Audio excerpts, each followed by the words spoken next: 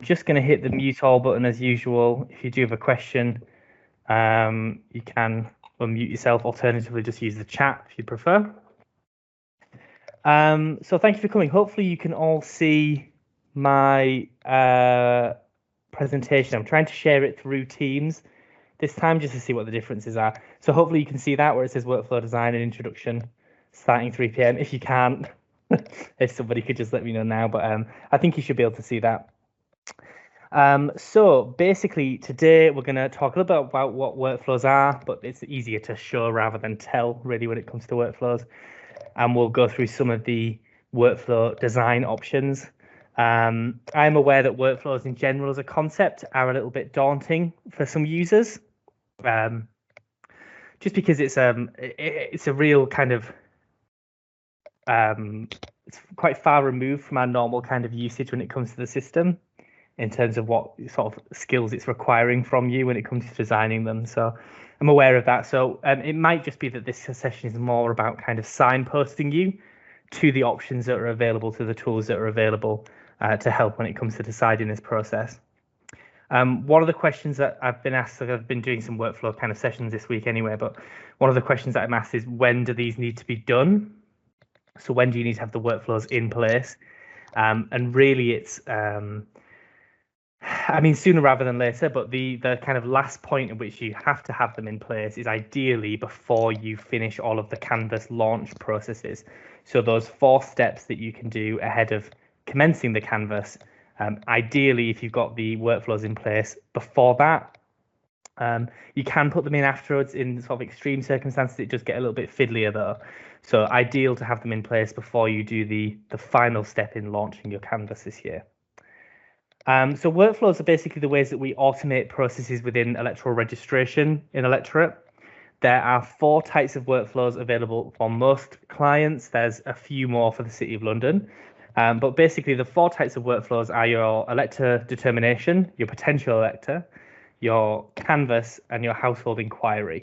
Today we're focusing on Canvas, obviously, because Canvas is upon us.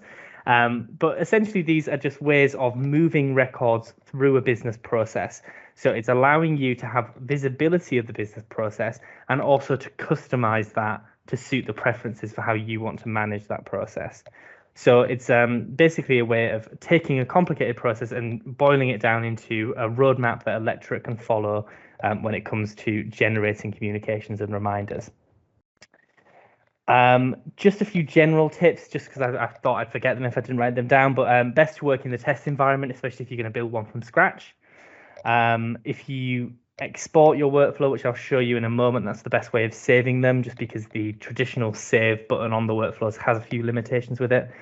And also to look out for the built-in warning messages. So there are several warning messages and dialogues that can appear at the top of the screen when you're designing a workflow. Keep an eye out for those. They are designed to kind of steer you in the right direction. For all workflow types, there's some standard ones. So there's built-in warnings when you're not, when there's a potential logic gap. So if I put in a condition that says, if the household is within the BA polling district, then do this. Unless I put in a condition, if the property is not within the BA polling district, then do this. That's considered a logic gap because it means there'll be some records that arrive there that won't have a valid next step. So electorate will try and warn you about those. It can't always detect those, so I'll talk about some of the circumstances in which it can't warn you. And the other thing to bear in mind with Canvas is that there are certain requirements that Canvas workflows have to contain to be considered valid by electorate. So you need to have at least one personal contact. It's the way that they're defined in the system. I don't know if that's even the correct term with the legislation now, but in terms of the route to Canvas, you have to do the telephone Canvas or the in-person Canvas or one of those one-to-one personal contact touches as part of the Canvas. Otherwise, again, electorate will warn you. You can actually override that error message. There's a way of overriding it in SQL. You can't do it within the client itself. But if you have a workflow that you want to do that doesn't quite meet those business rules, that's fine. Let us know. We can dial in and change that in SQL so that it won't warn you again, and we'll just let you go ahead and use that workflow. Obviously, it's none of our concern whether or not you want to use a workflow that meets the business rules or not. That's your business. But just to be aware that Electorate will try and warn you about that, and therefore there is a way of working around that. I'll see if I can get it to throw up that error message. But there we are. Okay, so I'm going to start. I'm going to stop presenting with that, and I'm going to switch back to my normal presentation mode. So hopefully you can now see Electorate. So when it comes to working with workflows, just to sort of to demonstrate what we're talking about, I'm going to first go into planning and reporting and then workflow progress. Now, workflow progress is a screen where we will go to monitor the progression of items through a workflow. So if I select my canvas as my workflow type, so those are the 4 standard workflow types that ship with Electorate. And if I select one of my canvas workflows, it doesn't matter which one for the purposes of this, and press refresh, that will show me, let's see if I can pick one that's in use. Let's try this one. That will show me where my entities, which in this case it's referring to properties, are within that workflow. So we can see that they're currently at the starting position of mine, which is where the annual Canvas launch process will reset them to this position. But we can see that that's where mine currently are, and they will progress and move through this workflow depending on meeting certain conditions. So workflow progress, you can't change or design or modify the workflows in here. You can't move any of these boxes around. You can just view where the records are within that particular workflow, where those entities are. If I double click on a workflow node, it will open a new screen, which will list off for me in a data grid format every single property that's currently sat at that particular position in the workflow. Because I'm looking at a Canvas workflow, these are houses. The entity in a Canvas workflow is a property record. In a Elector determination or potential Elector workflow, the entities we'd be looking at would be people. But for this one, because it's all to do with a household level of response, we're all concerned about these property records instead. You can use this screen in certain circumstances to override the next workflow position for any item. Do not do this unless you are certain that's what you want to do. So there are all sorts of limitations and restrictions with the overriding step. And you could argue maybe I shouldn't just show you this because then you wouldn't know that it existed. But the reality is some people already know about this option. Please, when it comes to using this option, check with client care first. There may be another way of doing what you're trying to achieve. The downside to this is it does kind of bypass several checks and procedures in the system. Just one example off the top of my head is if you've got a workflow with a condition on it on a node, so for example telephone canvas, only the properties with phone numbers should go to that one. You can, with this process, override and push houses into there where they don't have phone numbers. So there's lots of ways of making mistakes with this that are quite hard to recover from. So don't take this option lightly. It is there to be used in kind of emergency and recovery situations. Client care use it quite frequently to correct things if people have changed their minds about workflows midway through. So yeah, that option is available. Arguably, it should be restricted by permissions, but there we are. So that option's there. Please don't use it unless you've checked it with client care first and that you're fully confident with what the outcome of that action will be. So that's my workflow progress screen. That's just for monitoring information predominantly. If I go into planning and reporting and then manage workflows instead, this is where I will actually be able to design, customize, delete my workflows. So I can manage all of the workflow processes within the system in here. I've got a few different options that are available to me by default. So load workflow will allow me to select any of my existing workflows in the system and bring those in to modify them. So you can modify any workflows, even those that are currently in progress. The only note when it comes to modifying a workflow in progress is, again, check with client care first, just because, especially if you've got any items moving along across these nodes, it does become quite risky to try and change things midway through. We did have people run into a few kind of sticky situations with that last year. So just check with client care. The general rule is, as long as you don't have any records in that box right now, you can move things around. But again, just check. It's safer, better to be safe than sorry. So that's load workflow. That can be used to retrieve any of my workflows in my system. I've got loads of them in there. You won't have as many of that, I wouldn't have thought. New workflow will allow me to build a completely new one from scratch. We will revisit this option because that's what we're going to be doing shortly, so I'll come back to him in a minute.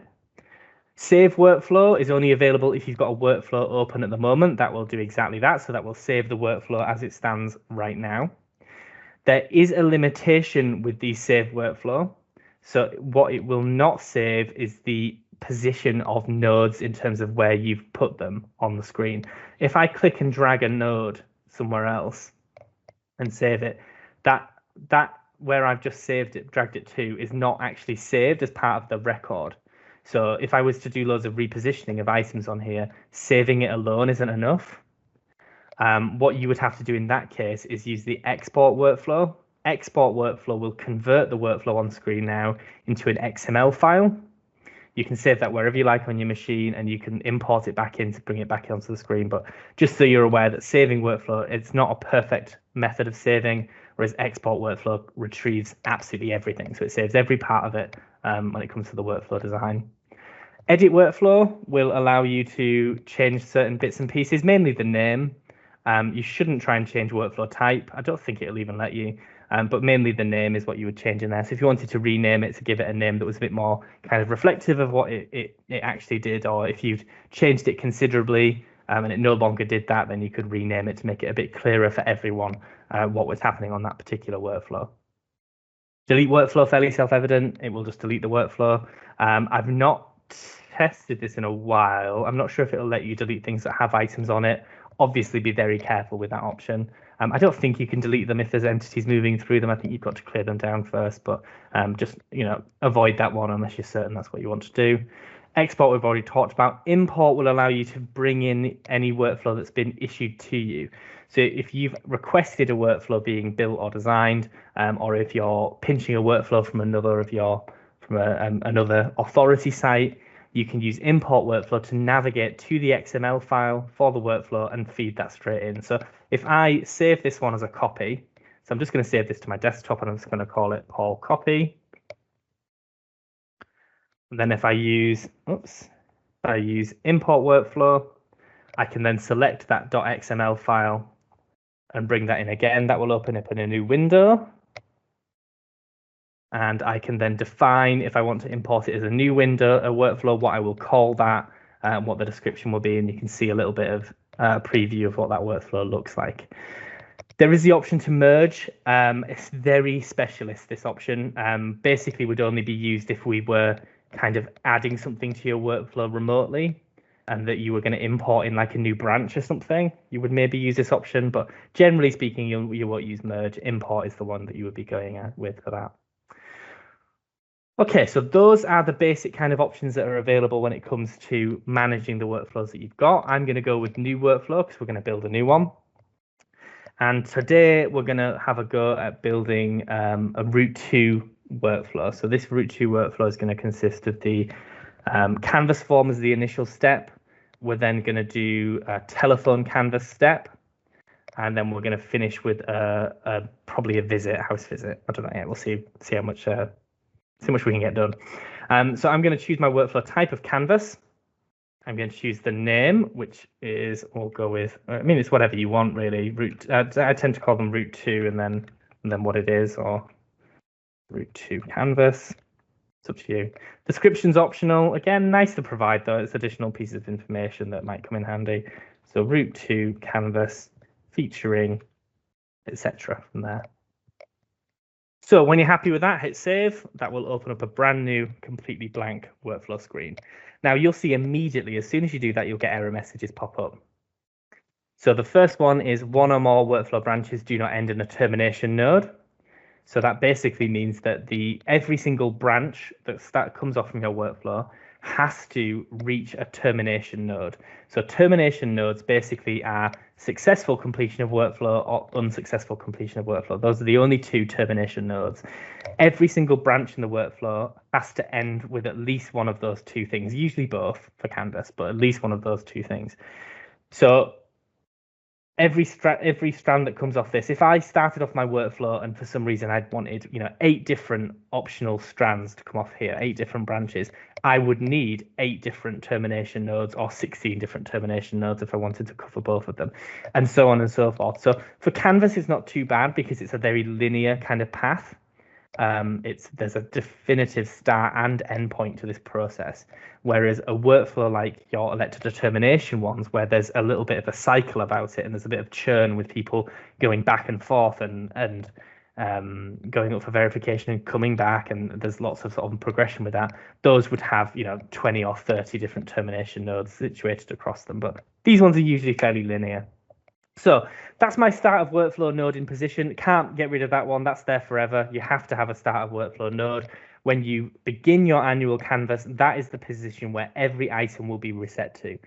I don't need to put any sort of condition on there at the moment. I don't need to say this is going to be, for the ones that fail the national data match. None of that is required. All of that is handled by the Canvas launch process. So the actual differentiation of your records into route 1, route 2, route 3, that's all handled by the Canvas launch process. This is where they'll end up. So this is my starting position for anything that's going onto my route 2. So the first thing I need is another workflow action. Now, these little boxes that we're adding in here are called nodes, N-O-D-E-S. Usually I refer to them as nodes in the manual. Sometimes they're called workflow items, child items, another one. There's a little bit of a technical jargon to get behind with this. A child item basically is any workflow node that is a dependent of another. So when I add a child item, it becomes the child of this starting point. So when I right click here and do add child item, what I add will be the child of this, which is a little bit confusing in terms of it's not, I mean, it's a technical language. It's a normal kind of thing that people will use in the industry, but it is very confusing.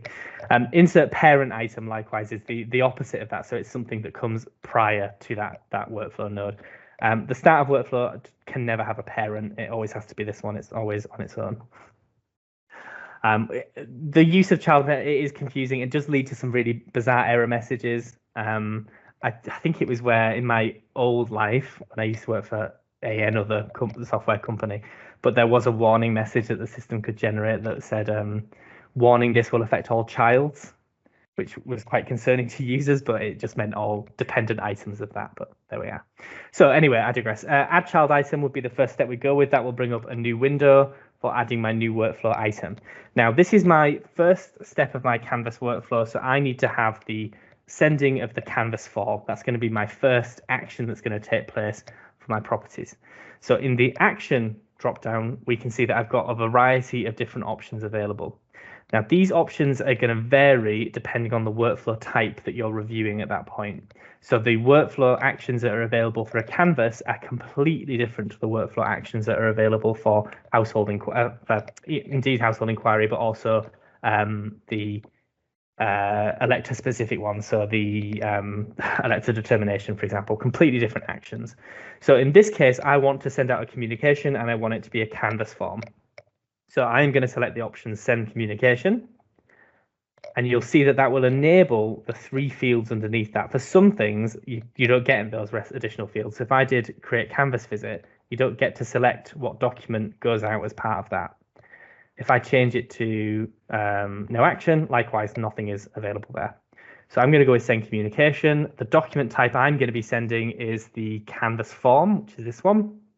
Again, these are document types. These are not referring to specific templates in your system. It's referring to a type of template. So I'm going to go with canvas form.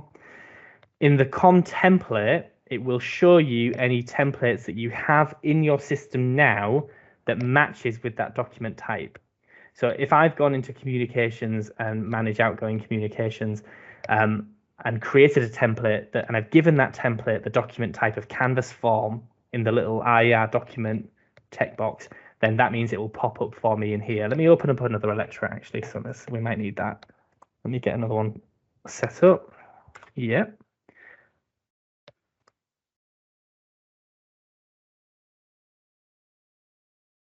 I can't remember the password. I think it's that. Yeah, okay.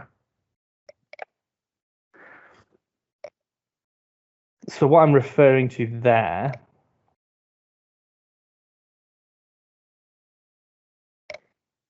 is in communications and then outgoing template manager. It's this thing here. So if I select property and I don't know where these came from, but we'll go with that.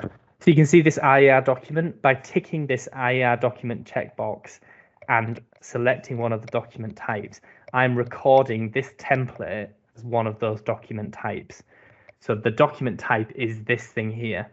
So it's not really very relevant when it comes to Canvas forms, because you generally don't tend to have that many templates, not as many as you would do with elective determination. But still a useful thing to remember is if I was going to set up a brand new type of request for documentary evidence, when I added that, I would need to make sure that I was selecting documentary evidence in this dropdown. And then I would need to make sure that on my workflow for the node, the action that was going to send that particular form, I was selecting the correct template in there.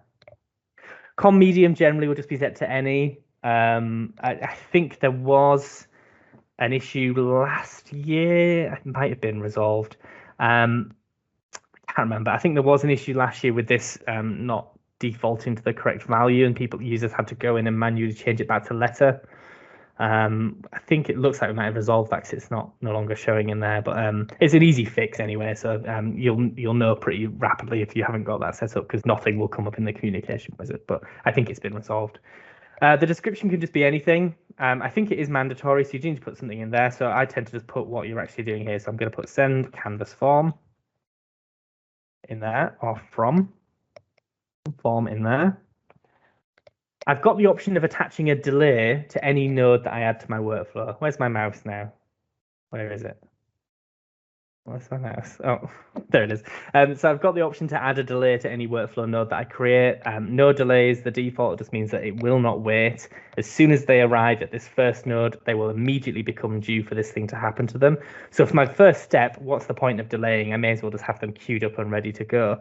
I can delay it for X number of days if I wanted to. For Canvas, that's not really something that you necessarily need to use because, as I say, it's a very linear process. It doesn't tend to have as many records being inserted midway through.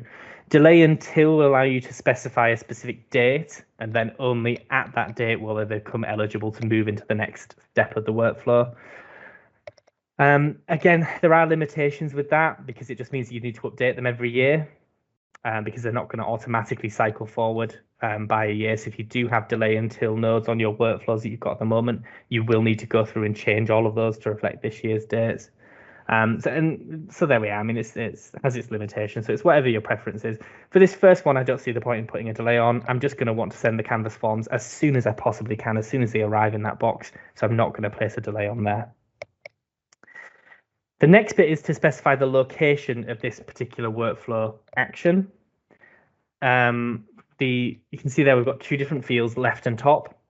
And what we're specifying in here is the location relative to the parent item. So this really confused me when I first started using it because I would always think it was relative to the start of workflow. It's not. It's relative to the parent of this one. Now, in this case, the parent of this item is the start of workflow. But that's not always the case as you get further in. So it's relative to its parent. So the parent of this one is start of workflow. We'll see in a sec what this one does, but basically we've got left and top. If I go with 200, 200 in there and save that, that will put it 200 across and 200 down.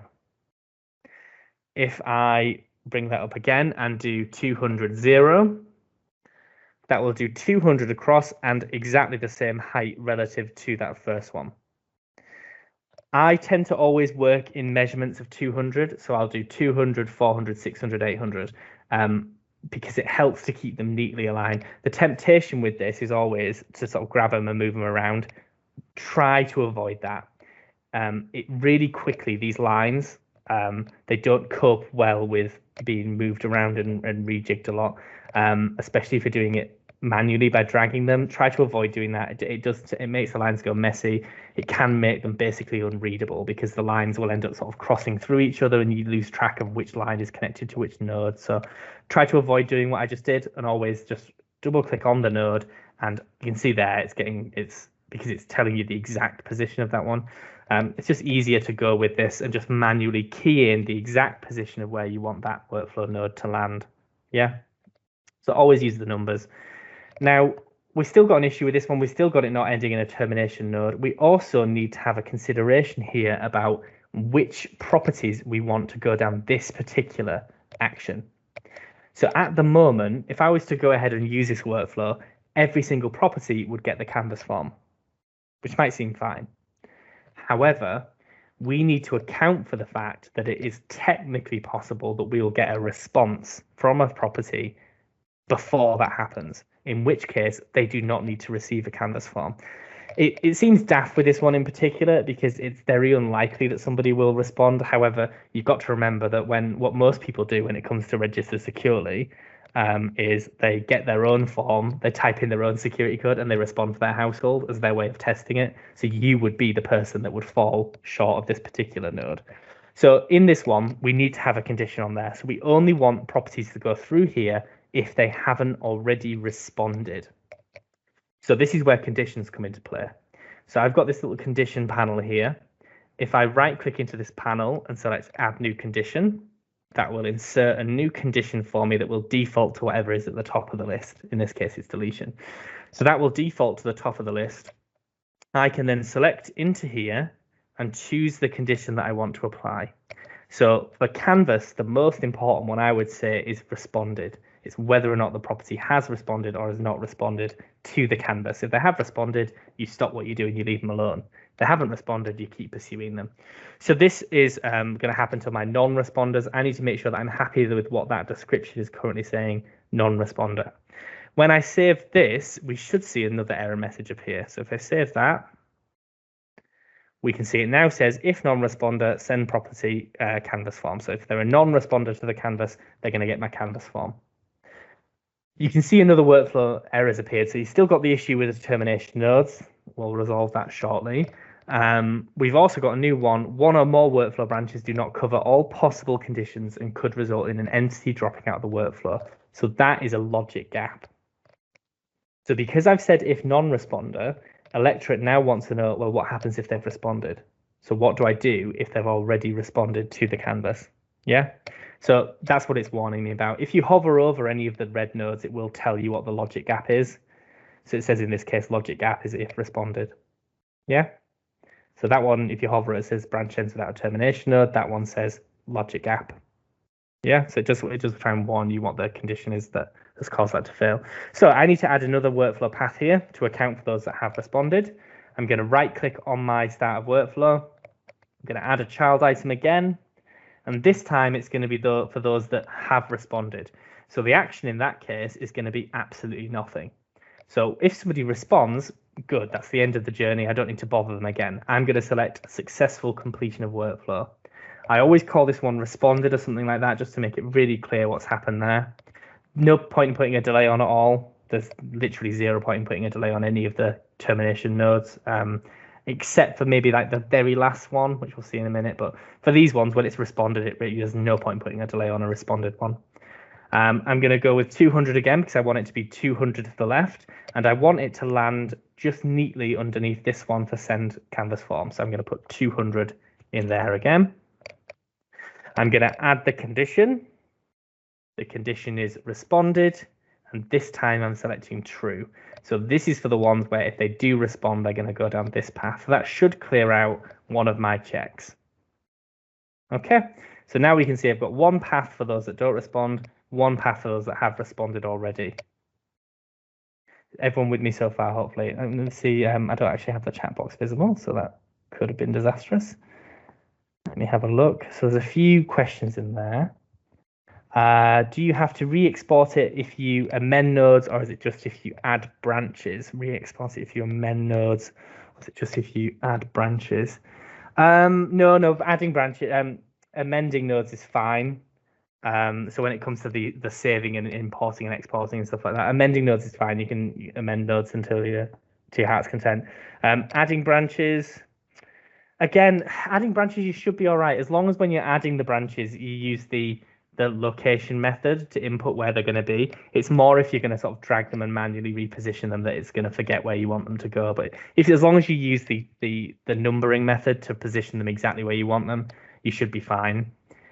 Do you not need to add a delay if you're using external printers to send 2 weeks prior to delivery? Yep, you can do. So you could put a delay on this one if you've got a 2-week printing lead-in times, and then if you want them to account for that. The downside with that is that what we're doing here is not specifying when they're going to land. We're specifying when we're going to send them. So if you put a 2-week delay on there, it will make you wait 2 weeks before you can generate the form itself, before you can get the data out of the system to give to the printers. So that's not really for accounting for delivery time with that one. So no, in that case, if you've got 2 weeks lead in time, then you'd make sure that they're going to be ready on the day that you need to output the forms. Took me ages last year to work out I needed to right click in that box to add a condition. It'd be handy if you had a little bit of text prompt to advise this. Yep, definitely. I mean, in general, I will say that the workflow design is not particularly user-friendly, I would say. It's because it's kind of, I guess it was designed for developers to build them in and not designed for users. So yeah, I agree. There's some usability changes that would make this a lot easier to use. Last one is we had an issue where 2 nodes were created at the same time and overlapped exactly. It took lots of calls investigation. Oh yeah, and that happened to me before as well. Is it a bug or a fluke? I mean, it's kind of both. It is possible. So for example, in this case, if I am, adding my nodes and I'm trying to get my workflow built as soon as possible, and if I, lapse of concentration for a second, save that.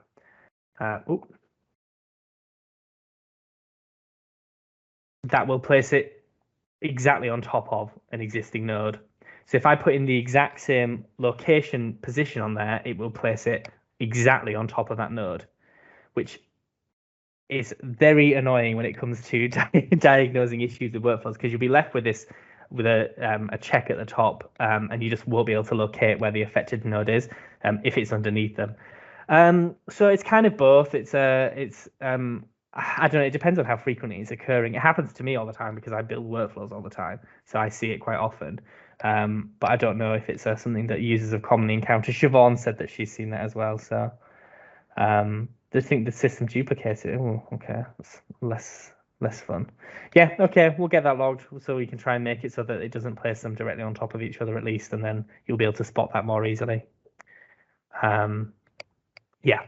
Cool. Okay, so that's the first step of my workflow. The next workflow step would be to add in my telephone canvas step. So I'm going to right click on my send canvas form because this journey is not over yet, and I'm going to add another child item.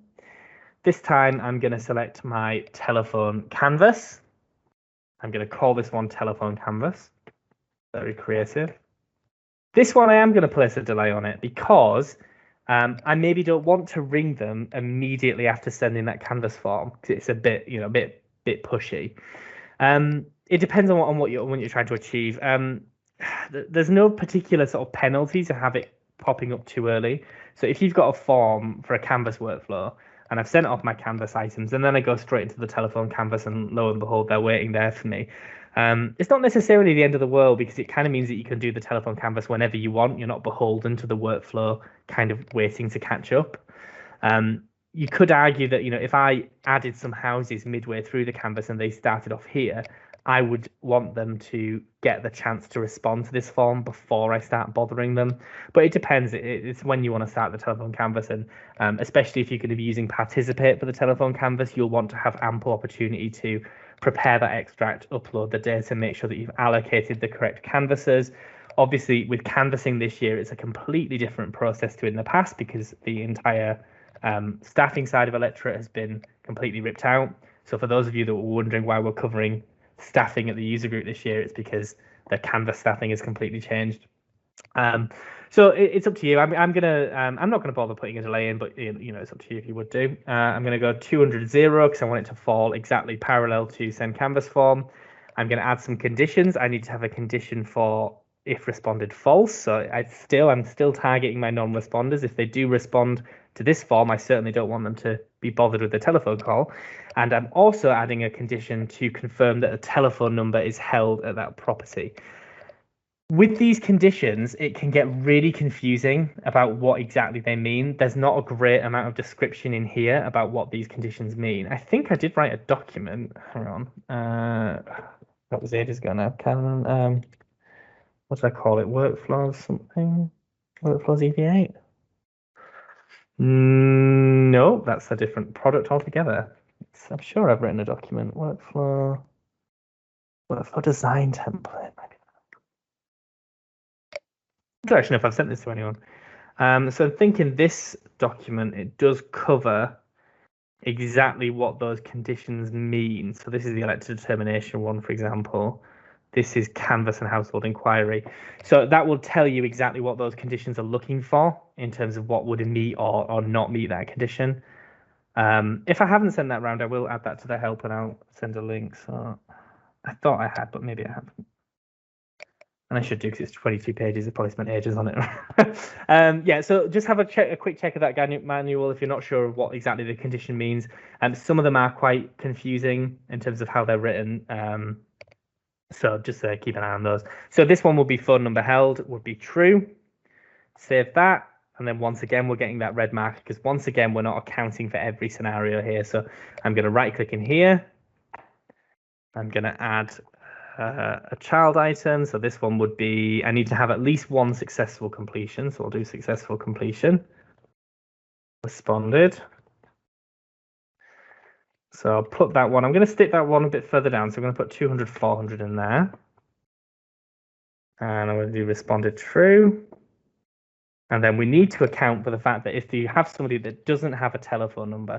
So again, if I hover over these, we can now, it gets more and more confusing the more conditions you add. But if you remember to hover over the red nodes, it will tell you exactly what's missing. This gets really confusing, especially with the elector ones. But we can see here, when I hover over, it says logic gap, if non-responder and no phone number held. So I need to cater for that situation. I've got if non-responder and phone number held, and I've got if responded, but I haven't got if non-responder and no phone number held. Yeah, so I'm going to right click in here. And we need to come up with another option for these ones. I could visit them. So the consideration there is that not everyone has a phone number, right? So we can't send everyone to the phone number node. So we need to have another scenario. I guess I could door knock them. Yeah, we'll do a door knock. Okay. So I'm going to right click in. I'm going to click in there and I'm going to click create canvas visit. We're going to call this door knock. We will delay on that one because I'm definitely not going to, they're very expensive. So I'm going to wait as long as I can with those ones. I'm going to go 200, 200. And I'm going to add my conditions. Of course, it will be for non-responders only. If they've responded, I'm definitely not going to send someone out to them. And the other condition, it would be phone number held is false again. So it's those that don't have phone numbers and that have not responded, they're going to get my door knock sent out to them. Okay? And so on and so forth. And that's the basic process. Where things can get confusing and a bit messy is when it comes to joining these two strands back to one another. So combining these steps into each other again. One thing to bear in mind as well with the door knock ones is you have to, after creating Canvas Visit, you have to have one for complete Canvas Visit. And that's just to make sure that you're allowing for enough time for that Canvas Visit to end. And it also is one of the options that can be used when it comes to factoring in payments. So you do have an option to only pay for responses received within this window of time. So for those of you that pay for encouragement, it's to account for that. So if I go 200, 0 in there, I don't think you really need a condition on there. Let's just leave that for now and add that in there. Just to add that next step of the process, you do need to have a complete Canvas Visit node in there. And we will put some time on there though. Oh no, we don't need to. So I need to now bring these two workflow steps back together because I need to reconnect those workflow nodes to each other. The way that we do that is using an intersection. And intersections are by far the trickiest thing when it comes to designing workflows. I think they're a little bit fiddly really when it comes to adding them in. If I right click on one of the steps that I want to add an intersection for and select in here, add intersection, that will add in my new intersection node. And an intersection is a node that basically it does nothing and connects two branches to each other. So I need to attach this one to my intersection as well. So I'm going to right click on the one that's currently detached and I'm going to select join item to intersection. When you do that, every intersection that's on your workflow will start flashing. Select the one you want to connect it to, and then that will draw in the line to connect those two strands to each other. So now those two strands are connected to each other and will rejoin at this intersection. Intersections have lots of strange performances, strange actions associated with them. They tend to be the bit that frustrates me the most when it comes to designing them, because it's really hard to nail down exactly where they're likely to misbehave. When you get workflows that you've been designing for, if you've got a really sort of complicated one for vector determination, if you add an intersection, it will always try to position the intersection in aligning it to the start of workflow, which is very frustrating. In which case, when you add an intersection, find it as quickly as you can, double click it, get 200 0 in there or 400 0, press save, and it'll move it straight back to where it's meant to be. Don't try and drag it down yourself because you'll drive yourself crackers. It's doesn't happen every time, and I can't nail down exactly what causes it, so I can't log it at the moment, but there we are. Anyway, once my intersection is in, I can see that those two strands of the workflow are now joining back up together at this intersection point. From here, I can carry on that journey with that combined kind of path. I'm pretty sure I've forgotten a step though. Canvas form, telephone canvas dot. Is that all you need to do for route 2? It's been so long since I've done one. We'll go with that. We'll say that's fine for now. I'm pretty sure I need another additional step in there, but for now I'm happy with it. So I'm going to right click in here, add my child item, and this time I just need to bring in those termination nodes. So I need to bring this workflow to a closing position. I'm going to go to action. I'm going to select successful completion of workflow. I'm going to call this one responded. No point putting a delay on a responded node. What are we waiting for? They can go straight in there. There's no point waiting. I'm going to put this one as 200 0 because I want it to be exactly there. I'm going to add my condition, which would be responded true. Nearly went wrong there. Responded true. Save that in there. That's one step completed. So you'll notice I no longer have the warning about termination nodes because I've got the termination node in place. The warning I'm getting now is that I'm not covering both eventualities, so I'm not covering those that don't respond. So right click, add again, and this time we're going to do with unsuccessful completion, no response, we'll call this one, no delay, 200, 200. You probably would want a delay on this one actually because you want to give them time to respond to both of these canvassing options because obviously not everyone's going to respond immediately. You're going to have some people that'll say they'll take it away and then they invariably never do, but there we are. So you have to put a delay in there. And we'll do responded is false and save that, and then that's cleared all my integrity check errors. That one has caught people out in the past when it comes to the no response nodes by not putting a delay on them, because they'll send a canvas form, and because the person hasn't responded, because you've only just sent the form, if you don't put a delay on it, we'll immediately send the item through to that next step, which makes it look like the person has not responded at all rather than just hasn't responded yet. So I tend to always put a delay on those no response, unsuccessful completion of workflow nodes, just to give them plenty of time to actually make the response. You could argue that would be a really good candidate for your sort of delaying until node. So rather than saying 30 days, I can say, well, I'll give them until the close of the canvas. What year is it? 2021. I'll give them until the close of the that's not right. What's the last day of November? Let's go with 30th. You put in the delay until in there, save that, and then only from that day onwards would any non-responder be considered to be kind of a no response node. So from that day onwards, it will start putting them into there. It won't put them in there before that date. So that's probably the best candidate I would say for using the delay until, because that one, there is a finite end to the canvas. Thank God for that. Yeah, so that's how you would go about sort of building a Canvas workflow. Keep an eye out for the error messages and the warnings. Have a look at the conditions and the options that are available in there, because there are quite a few of them that you might not have considered using before in the past. So discernment match is referring to insight. That's something you can do with insight. Do not visit.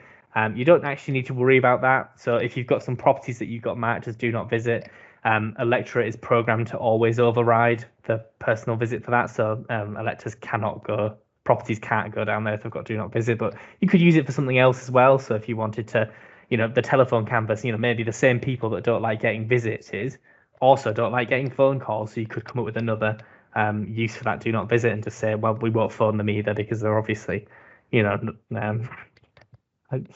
why. Email held is another classic good one. Email or mobile number held. That's anyone at the property for both of those conditions. Anyone within the property can hold an email address. So yeah, I mean there are restrictions on what you have to deliver on when it comes to the canvas, but there's usually not a restriction on additional steps that you might decide to build into the process as well. So discretionary emails don't cost anything.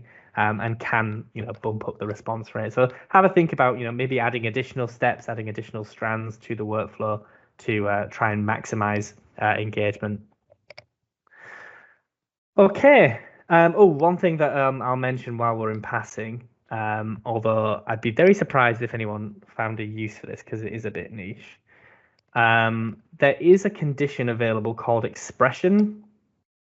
And expression will allow you to interrogate most elements of the database, I would think. So if there's a condition that you're really keen to add onto your workflow, but you can't see it in the default list of terms, you can add an expression which will open up a more detailed expression editor where you can add in these custom expressions that can be based on basically any field that is in Electra.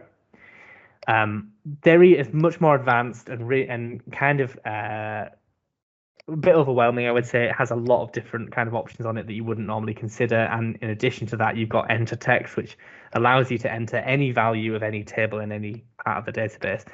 Very daunting, very kind of risky, I would say, as well, because if you add an expression, Electra will no longer have the ability to sort of safeguard your work. So if I had an expression that was for, let's have a look.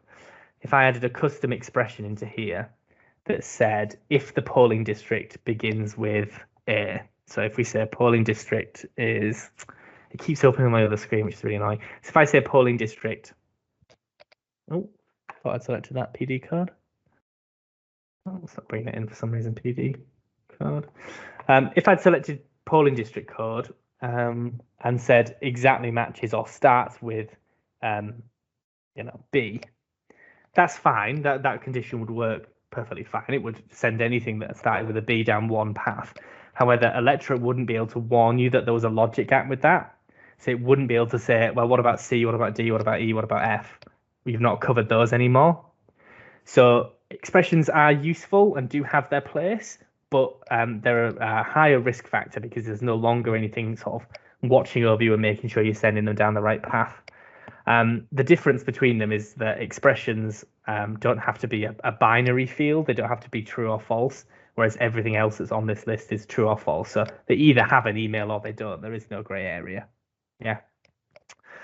So yeah, worth having to think about if there is something on the workflow that you're really keen to cover off or learn more about, then expressions might be the solution to that issue. But just to bear in mind that it is a higher risk thing and maybe something that you should request through client care in terms of having a workflow built that reflected that. A good example of a workflow that works really well with that one is something like I keep mentioning this one, special cat, because I still haven't had it. It still hasn't gone through testing properly, and I think there are a few issues with it. But things like this, special category Electra workflows, they don't have. It's not a binary field. It isn't. They are an overseas or they aren't. It's are they an overseas? Are they a service? Are they a? So it's like a series of questions rather than a binary. But there we are. Okay. Does anyone have any questions or anything that they want to do on their workflow that they're not sure how to do, or any sort of concerns about how that's going to work? I will say at this stage that we can design and build workflows for you. However, it's they do take quite some time. We do have to send them through our own kind of internal testing team. So if you do have kind of specific workflow designs that you want, get those sent through ASAP, because they do take quite a long turnaround to get them ready. See in the chat, I don't think we've had anything else come through. Siobhan, that's nice. Something I've seen that before. I don't know what that's referring. Oh, is that the manual? I think it might be the manual. Yes, Yep, it I'll send that round. There's some bits I might not do the expressions bit yet, just because I don't think anyone's going to try those. But yeah, it was designed just to give you some ideas about what you can do with your workflows. But yeah, I think I just need to flush out some bits. But yep, I'll send that round as soon as I finished it. Yeah. John, we just need to change the dates on ours. So do I just amend the current ones? Yep. So amendments to existing ones, you would just press load workflow at the top. You would specify the workflow that you want to amend. That would bring it up. You would locate the node that you want to adjust the time delay on. So these ones are using a specific number of days, but yours might be using a specific date, in which case locate the node that's affected, double click in there, change this delay until to a date this year, save. Once it's done there, save at the top, save as you go in. But yeah, it's quite easy to change the dates. It's not a big deal, and you don't really need to get those checked over. If you're happy that the dates are correct, then I'm happy with that. That's quite safe to do. But yeah, cool. Martha, your hands up. Hi, Paul. Oh God. Sorry, can you hear me? Yeah. It's my machine, Andreas. Sorry, he's doing envelopes. I know he's trying to kill me. Happy after election, everyone. My question is, if you change workflows once your workflow started, we had major issues last year. Are we able to do that this year, or is it a case of once the canvas starts, you should leave it alone and ask DC for help? I would, once it started and items are progressing through it, I would always go with, if it was me, I would go to DC every time if there was an issue that I need to change my workflow. If it's started and things are moving through it, it's just that it can be really temperamental when it comes to sort of what the next kind of plan step is.